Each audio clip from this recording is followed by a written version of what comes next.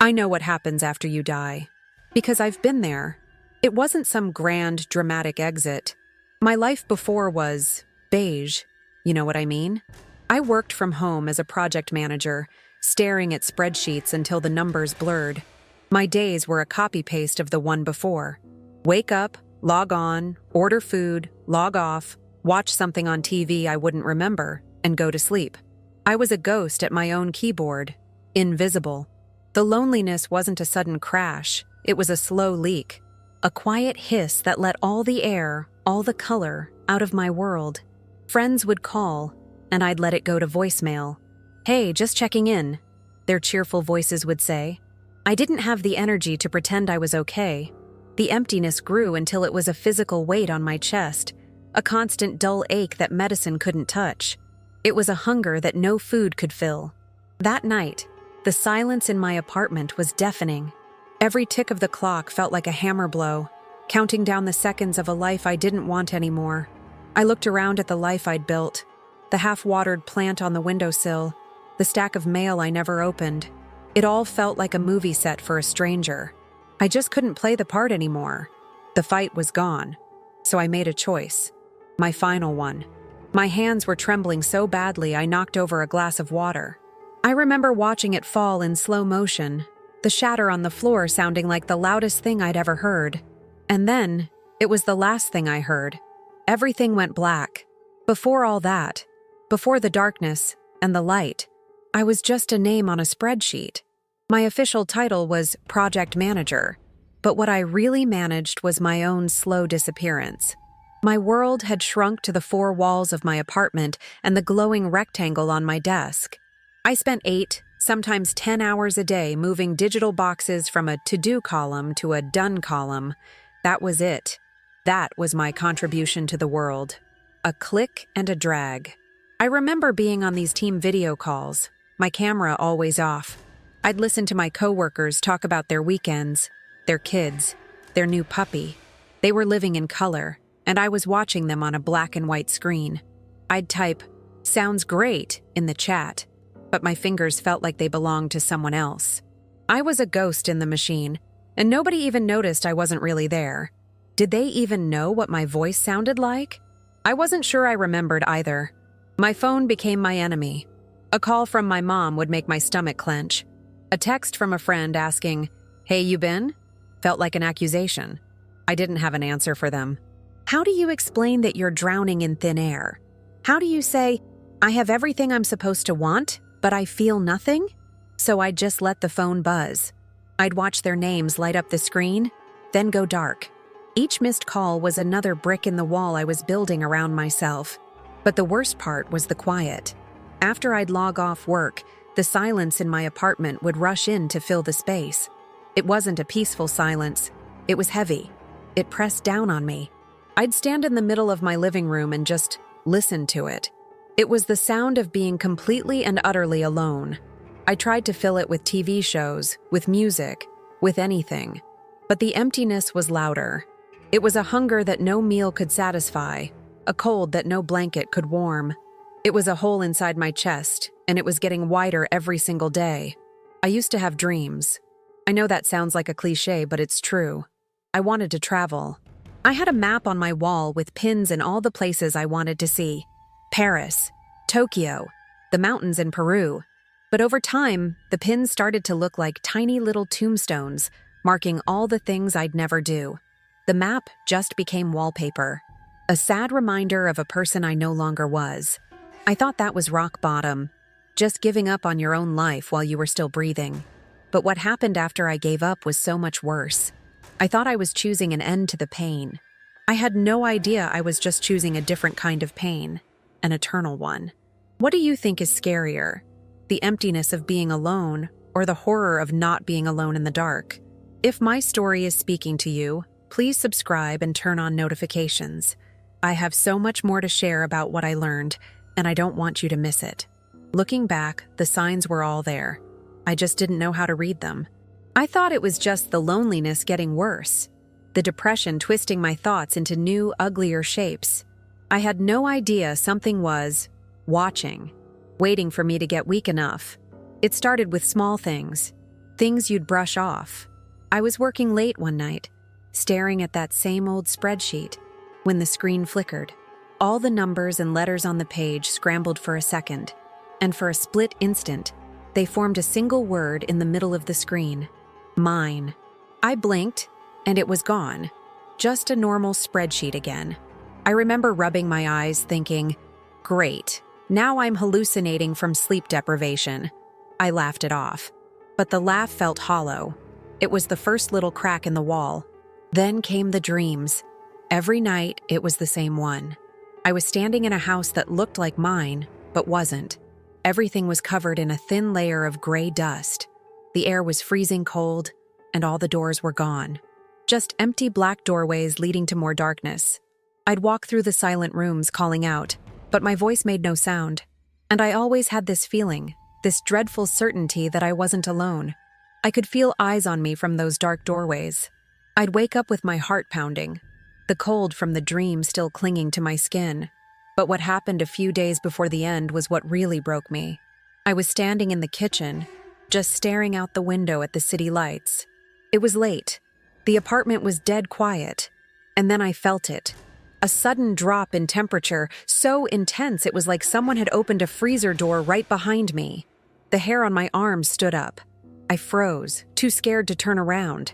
And I heard a whisper. It was right next to my ear. It wasn't a real voice, not made of air and sound waves. It was inside my head, but it wasn't my own thought. It was thin and cold, and it said, "Just let go." That was the moment the emptiness I felt turned into active terror. It wasn't just a void anymore. Something was in the void with me. It was feeding on my pain. It was cheering for my demise. The fight I had left, that tiny little ember, was snuffed out by a blast of icy fear. I wasn't just trying to escape the loneliness anymore. I was trying to escape it. I thought ending my life was the only way out. I had no idea I was running straight into its arms. Have you ever felt a presence that you couldn't explain? Something that felt truly evil? If this story resonates with you, please subscribe and hit that notification bell. The story of what happened in the darkness and the light that found me there is something everyone needs to hear. That whisper was the final push. It wasn't my own sadness telling me to give up anymore. It was something else, something ancient and hungry, and it was wearing my loneliness like a skin. I stumbled back from the kitchen window, my heart hammering against my ribs like a trapped bird. The quiet of the apartment was no longer empty. It was filled with that thing's waiting. I had to get out. I had to make it stop. And in that moment of pure panic, only one exit seemed possible. My hands were shaking so hard I could barely stand. I walked to the bathroom, my reflection in the mirror, a pale, terrified stranger. I didn't even recognize the eyes staring back at me. They were wide with a fear I'd never known. This wasn't about sadness anymore. This was about escape. I remember grabbing the bottle from the medicine cabinet, the plastic cap clicking open with a sound that seemed to echo in the bone-deep silence. My last thought wasn't about the people I'd miss or the things I'd never do. It was a desperate, silent prayer. Please just let there be nothing. I remember the glass of water. I needed it, but my hand was trembling uncontrollably. It slipped from my grasp, falling in what felt like slow motion, and the sound of it shattering on the tile floor was like a gunshot. It was the last sound of my world. And then I made my choice. I closed my eyes and just let go. For a second, there was a burning sensation, a final, futile protest from my body. My knees buckled. I slid down the wall, the broken glass pressing into my skin, but I barely felt it. The room started to spin, the edges of my vision dissolving into a dark, blurry tunnel. And then, nothing. But the nothingness didn't last. It wasn't a peaceful fade to black. It was a fall. I felt myself being pulled downward, ripped from my body with a violence that tore a scream from my soul. But I had no mouth to scream with. The blackness was absolute. A void so complete it felt like a physical pressure, crushing me. And it was cold. A cold that had nothing to do with temperature. It was the absence of everything, of warmth, of hope, of love. It was the cold of total, eternal separation. This was my first great and terrible revelation. I hadn't ended my pain. I had only exchanged it for a perfect, unending agony. I was a single point of consciousness, alone in an infinite, hostile darkness. But what happened next was even worse. A low chuckle echoed in the void, the same cold, thin sound that had whispered in my ear. It was here with me. It had been waiting for me. And a thought, not my own, slammed into my mind with the force of a physical blow. A single, triumphant word that I now understood completely. Mine. Have you ever made a choice you regretted the second it was too late to take it back? If you need to know what happens in the darkness, subscribe and hit the bell. Because the light that found me there is a story you have to hear. That word, mine, echoed in the absolute darkness. It wasn't a sound that traveled to an ear. It was a brand, seared directly onto my consciousness. The fall stopped. I was just there, suspended in a cold, thick nothingness that felt more solid than any wall I'd ever touched. I tried to look around, but I had no eyes. I tried to move, but I had no limbs. I was just me, the raw, terrified part of me, stripped of everything that made me human. And I wasn't alone. The presence that had been a whisper in my kitchen was now an ocean I was drowning in. It was ancient, and it was pure malice. I could feel its amusement, its satisfaction. It was like a predator that had finally watched its prey walk right into the cage and lock the door from the inside. The emptiness I had felt in my apartment was a paradise compared to this. That was just the absence of good things. This was the active presence of something evil. It was a cold that didn't just chill your skin, it extinguished your soul. I finally understood. My first, horrifying revelation in this new reality. I hadn't escaped my pain. I had made a permanent contract with the very thing that had been feeding on it. My choice, my final act of desperation, wasn't an escape. It was a signature. It was me, handing over the deed to my own soul. The regret was so intense, so complete. It was a fire that gave no warmth, a pain that was sharper than any broken bone. It was the perfect, eternal agony of knowing you had made the wrong choice, and there was no going back. Then, I felt it begin to move toward me. Not through space, because there was no space here. It was more like it was, uncoiling itself within the darkness, its attention focusing on me like a magnifying glass focusing the sun. I couldn't see it, but I could feel its shape, a vast and terrible silhouette made of pure despair. Shadowy claws, made of solidified hatred, began to form in the void, reaching for the little speck of light that was me. I had run from the quiet loneliness of my life, only to be caught by the screaming terror of eternity. And it was coming to collect. Have you ever felt a moment of regret so powerful it felt like it could physically tear you apart? If you need to know what happens when the darkness comes to claim you, subscribe and hit the bell. Because the light that appears in the darkest places is a story you have to hear. Those shadowy claws, made of pure hate, were inches from me. I was a cornered animal, a speck of terror waiting for the end. I had no strength left, no will to fight. I just braced for the final, tearing agony. I closed the eyes I didn't have, and I waited for it to be over. But it wasn't. A light bloomed in the center of the void. It wasn't like a light bulb turning on. It was like the sun being born right in front of me. It was a warm, golden light that didn't just push the darkness away, it unmade it. The crushing pressure vanished. The soul-deep cold was replaced by a warmth that felt like coming home after a lifetime in a frozen wasteland. The monstrous presence that had been about to devour me didn't just retreat. It shrieked. It was a soundless, spiritual scream of pure agony as the light touched it, and it dissolved like smoke in a hurricane. It was terrified of this light. That was my second revelation. The greatest evil in the universe is, at its core, a coward. And then, a voice. It wasn't a sound that traveled through the air. It was a thought, a feeling, a song that resonated in the very center of my being. It was more real than my own name. The voice was calm, powerful, and it was filled with a love so absolute it was painful to comprehend. and it spoke a single word. My name. He said my name. In this place of nothingness, where I had been stripped of my body, my identity, my choices, he knew my name. All the walls I had built, all the times I had felt invisible and worthless, they all crumbled to dust. To be known, truly and completely, in the deepest part of your soul, there's no word for it. Tears I couldn't physically cry streamed down my consciousness. The golden light became a place. It wasn't a room or a field. It was an existence. The colors weren't just colors. They were emotions. The gold was acceptance. A shimmering silver was purity. A soft blue was a peace that went beyond all understanding. And in the center of it all was the source of the light. A figure. I couldn't make out a face, not really. The brightness was too much, but I could see his eyes. And his eyes held all the love in the universe, aimed directly at me. There was no judgment there.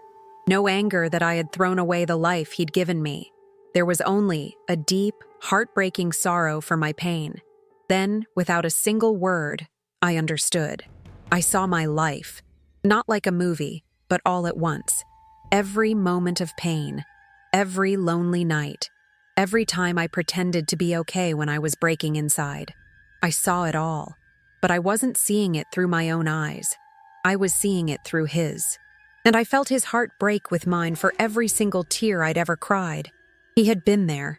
He had been with me in the silent apartment, in the video calls with my camera off, in the kitchen when the whisper came.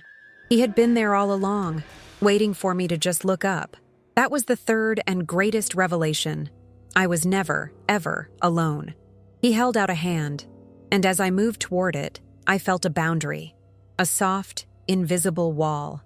I knew with a certainty that went beyond thought that if I crossed that line, I couldn't go back.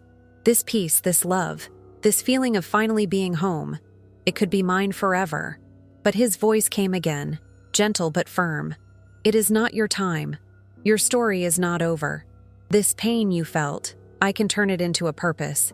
He wasn't ordering me. He was offering me a choice, a real choice this time. Stay in this perfect peace, or go back and live a life that meant something. What would you have done if you were given that choice? To stay in heaven or return to the pain of the world, but with a new purpose? If you need to hear about the choice I made and what happened when I woke up, please subscribe and hit that notification bell, because the stories of how a new life begins are the ones we all need to hear. Standing there, before that invisible wall, with his hand outstretched, every part of me wanted to cross over. The warmth, the peace, the feeling of being completely known and loved without a single reservation. It was everything I had ever craved. The thought of going back to my cold, empty apartment, to the spreadsheets and the silence, was physically painful. It felt like choosing to walk back into a burning building after being rescued. Why would anyone do that? But his words echoed in the center of my soul. Your story is not over. This pain you felt, I can turn it into a purpose. He wasn't talking about the pain of a broken bone. He was talking about the gaping wound inside me, the loneliness, the despair. He was telling me that the very thing that had destroyed me could be used to build something new. He was offering me a reason, not just an escape. And for the first time in years, I felt a flicker of something that wasn't despair. It was a tiny, fragile spark of hope. I looked from his hand, back toward the memory of my world, and I made my choice. I didn't say it. I just thought it. I'll go back. The instant I made the choice, it was like a cosmic slingshot pulled me backward. There was no gentle fade out.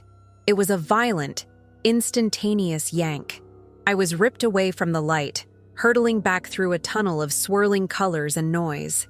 It was the opposite of my fall into darkness. This was an ascent, a chaotic, breathtaking rush back toward a life I had thrown away.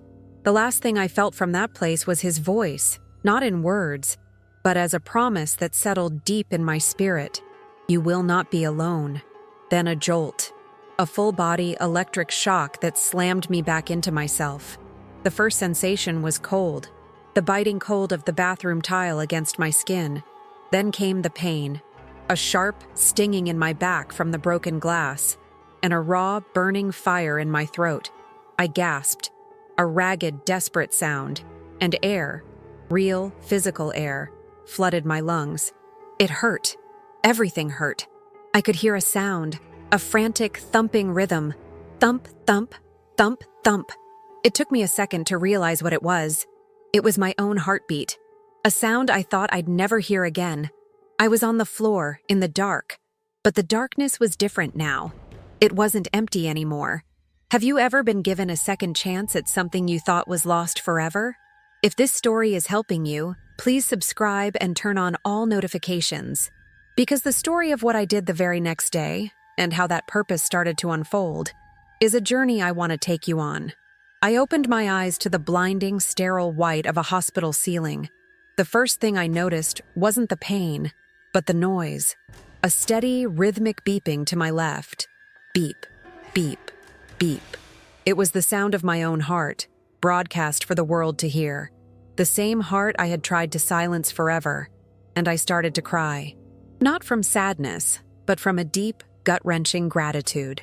That steady beep was the most beautiful sound I had ever heard. It was the sound of a second chance.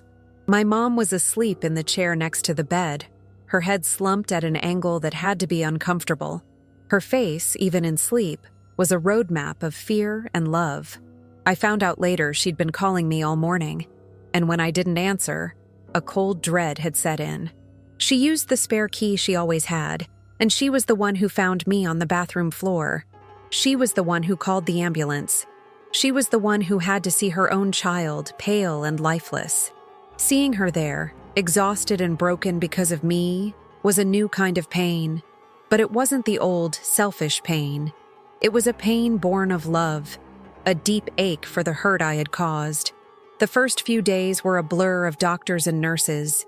They were kind, professional, but they spoke a language I no longer fully understood.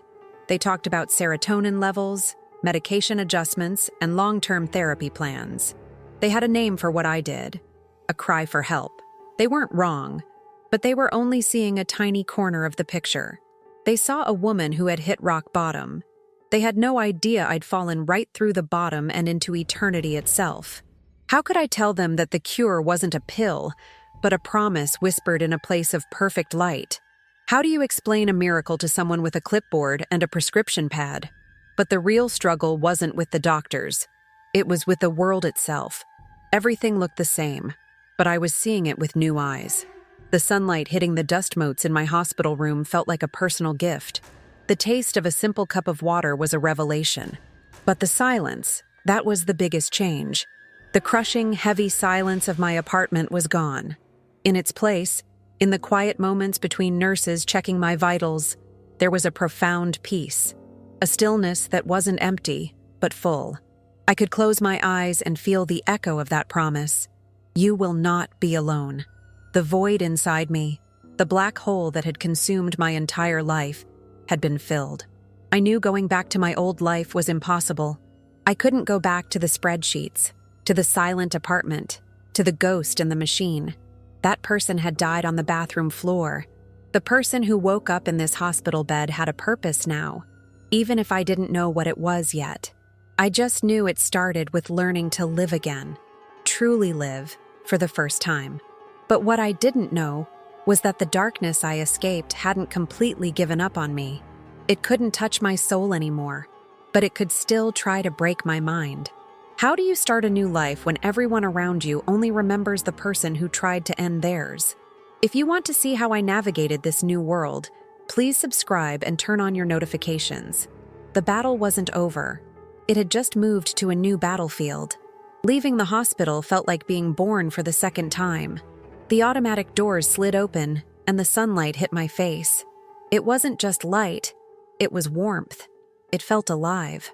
I remember just standing there on the pavement for a full minute, closing my eyes and letting it soak in.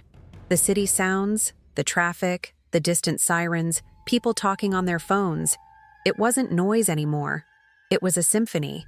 It was the sound of life, and I was finally a part of it. My mom was next to me, her hand gripping my arm so tightly, as if she was afraid I'd just float away. She didn't understand what had happened to me. Not really. How could she?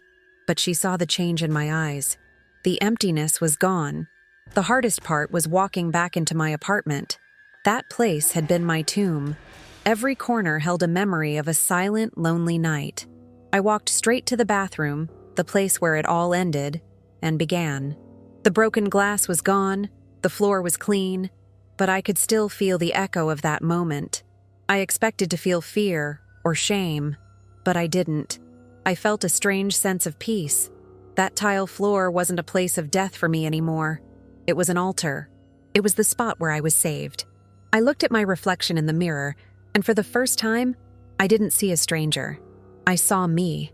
A little broken, a little scarred, but completely whole. But the real change wasn't just how I saw myself. It was how I saw everyone else. A few days later, my phone rang. It was my boss. Before, that sound would have filled me with dread. Now I just felt calm. I answered. He was talking about deadlines, about projects piling up. I let him finish, and then I said the two words I never thought I'd have the courage to say: I quit. There was a stunned silence on the other end. He didn't get it. No one would. They didn't know that my life was no longer about moving digital boxes from one column to another. My purpose wasn't on a spreadsheet anymore. The old me had built a wall of missed calls and ignored texts. The new me started tearing it down, brick by brick. I called my friends. I called my family. And for the first time, I told them the truth. Not the whole truth. Not the part about the light and the darkness, but the real truth. I told them I hadn't been okay, that I had been drowning, and that I was sorry for pushing them away. That old map was still on my wall, the one with the pins in Paris and Tokyo. For years, they'd looked like tiny tombstones marking a life I'd never live. But now, when I looked at them, they didn't represent escapes anymore. They were just places. The real journey, the real adventure, was right here. It was learning how to share the story of what happened to me. I realized that my pain wasn't a random, meaningless thing. It was a qualification. It was a key that could unlock someone else's prison. The whisper in my kitchen had told me to let go. The voice in the light had told me my story wasn't over. I finally understood why. My new purpose wasn't to manage projects. It was to manage hope, to stand in the gap for people who were standing where I once stood, and to tell them, with every fiber of my being, that they are not alone. Have you ever realized that your deepest pain could become your greatest purpose? If my new beginning gives you hope, please subscribe and hit the bell, because the stories of how I learned to use my voice and the people I met along the way are proof that miracles still happen every single day. So that's my story. From a ghost at a keyboard, invisible to the world, to this. Someone who can sit here and look you in the eye and tell you the truth. The single most important truth I learned is that the pain we think is an ending is almost always a doorway. My loneliness, my despair, the emptiness that I thought was my defining feature. It wasn't a curse. It was a language. It was the only language that could make me understand what true belonging felt like when I finally found it. He didn't just save me from the darkness, he met me in it. He showed me that the deepest wound inside of me wasn't a flaw to be hidden. It was the exact spot where his light was meant to get in. And that's the message. That's the entire reason I came back. Maybe your darkness doesn't look like mine.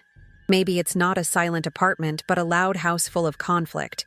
Maybe it's not a spreadsheet, but a past mistake you can't outrun. It doesn't matter. The darkness has 1,000 names, but the light only has one. That promise, you will not be alone. It wasn't just for me on that hospital bed. It's for you, right now, wherever you are. That feeling of being invisible? It's a lie. You are seen. You are known. You are called by name.